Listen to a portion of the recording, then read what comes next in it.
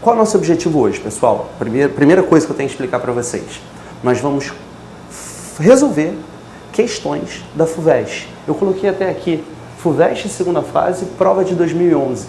Eu quero não só resolver as questões, mas também discutir, levantar itens importantes e que valem a pena ser percebidos por vocês na preparação para essa prova. Como a gente tem entre 1 hora e meia de aula, eu não sei se eu vou conseguir fazer a prova toda e talvez nem seja esse o meu objetivo. Meu objetivo é realmente levantar reflexões para vocês sobre aspectos para os quais vocês devem dar atenção. Numa parte final da aula, eu vou dar um tempinho para que vocês possam fazer perguntas ligadas à redação. Então vamos lá. Antes de fazer qualquer coisa, vamos conversar um pouquinho sobre a prova de língua portuguesa da FUVEST.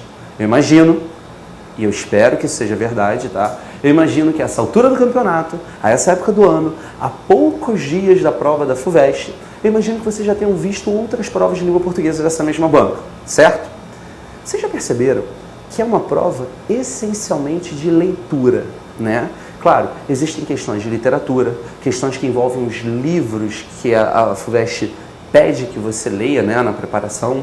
É uma prova que, claro que tem literatura, claro que cobra algum tipo de conhecimento gramatical, mas não é uma prova de nomenclaturas, não é uma prova de nomezinhos. Ela não sublinha uma oração e pergunta qual a classificação daquela oração. Ela não pede para você diferenciar um adjunto adnominal de um complemento nominal. Ela pede que você leia, compreenda textos ou trechos de textos e a partir de um questionamento, um comentário, você produza uma reflexão. Eu sei que do jeito que eu estou falando está um pouco abstrato, mas é justamente por isso que a gente vai fazer algumas questões dessa prova de 2011, trabalhando principalmente a questão da leitura e as premissas que você tem que ter para ler bem. Vamos lá? Questão número 1, está aí no material de vocês.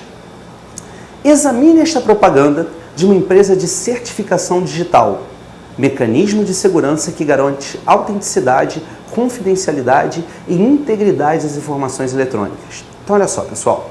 Primeira coisa, primeiro comentário, tá?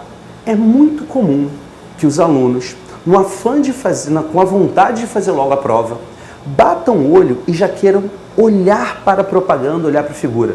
Não está errado você dar uma olhada na figura, não. Mas lembra sempre que o contexto que é dado pela banca, quando eu falo contexto, as informações preliminares ao próprio texto são tão ou mais importantes que o texto propriamente dito. Olha como a FUVEST dá faz algumas colocações muito importantes. Examine esta propaganda, então sublinha aí, marca aí. Quer dizer, não sei como é que você está vendo esse meio eletrônico, mas de alguma forma chama atenção para isso. Ele já diz que é uma propaganda de uma empresa de certificação digital. Se é uma empresa de certificação digital, é sinal de que ela trabalha com muita tecnologia ou com pouca tecnologia? Obviamente, é uma empresa digital. Como descomplica, trabalha com muita tecnologia. E aí ele ainda explica, né? É um mecanismo de segurança que garante a autenticidade, blá, blá, blá, blá, blá, blá. Aí vamos para o texto. A burocracia está com os dias contados. Tem uma imagem aí e um botão de delete. Primeiro, que imagem é essa? Espero que vocês reconheçam. Na minha época isso era muito comum, na época de vocês, de muitos de vocês talvez já não seja tanto. Isso é um carimbo, vocês perceberam? E em cima, estranhamente, tem uma tecla do delete. Aí olha só o que é perguntado. Aponte a relação de sentido que existe entre a mensagem verbal e a imagem.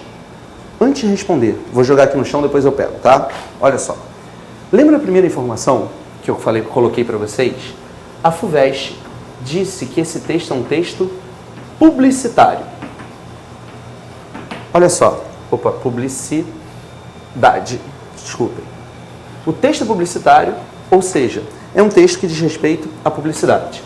A primeira coisa que eu quero que vocês tenham em mente, e aqui eu vou teorizar um pouquinho, vejam que eu não estou respondendo ainda a questão, tá? É muito importante que vocês saibam quais são as características predominantes em cada tipo de texto.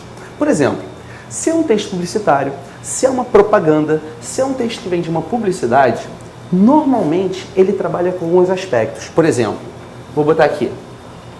O texto publicitário tem um objetivo. Vocês sabem qual é o objetivo? Ilana, me diz se eles vão responder, tá? Qual o objetivo de quase 100% dos textos publicitários? Não, eu vou botar 100% dos textos publicitários. Primeira pergunta. É informar? Não. Segunda pergunta. É emocionar? Não. Eu não estou dizendo que ele não pode informar ou emocionar, tá? Vamos lá. Existem objetivos acessórios, mas o objetivo principal existe um. Aí eu gostaria que vocês respondessem aí, até para a Ilana poder me dizer. Já dei a pista, não é informar, não é emocionar. Normalmente, 100% dos textos publicitários trabalham com que objetivo? A Flávia está dizendo que é convencer. Isso, olha só. A Flávia disse que é convencer. Flávia, se eu tivesse que dar uma nota, eu diria que você chegou tão perto do objetivo maior que eu daria nota 8. Não é 10, porque tem uma palavrinha que eu acho ainda melhor do que convencer. 8 passa, tá? Por favor, foi bom, muito bom, continua participando. O objetivo é persuadir. Aí a Flávia, nesse momento, está olhando e está falando, Rafael, pelo amor de Deus, você tinha que ter me dado 10. Persuadir é sinônimo de convencer. Aliás, muita gente deve estar pensando isso. Não, calma, cuidado. Eu sei que normalmente a gente acha que convencimento e persuasão são sinônimos. Não são. Guarda o que eu vou falar, até a título de curiosidade. Convencer tem a ver com mudar a ideia, o pensamento. Persuadir tem a ver com mudar as atitudes, mudar as ações.